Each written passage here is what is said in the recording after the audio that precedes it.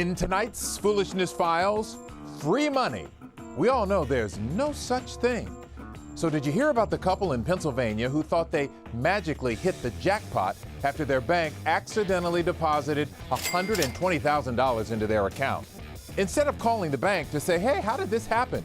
Police say Robert and Tiffany Williams went on a spending spree. Over a 2-week period, police say they bought a new SUV, a camper and trailer, a race car, paid off bills, even sprinkled a little money to their friends at about $15,000. When the bank realized their mistake, it transferred the money to the correct account that left the Williams with an overdraft of more than $107,000, which they were told they had to pay back. When they stopped answering the bank's phone calls, guess what? They were arrested and charged with felony theft. Neighbors can't believe the couple thought they could get away with it. That is kind of shocking.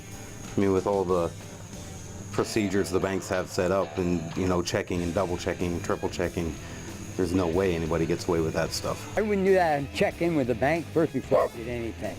I'm not that dumb, but I mean, yeah, some people do stupid things sometimes. Yes, they do. And that stupidity has now cost the couple their freedom. Say it with me, folks. Here we go with some straight up foolishness.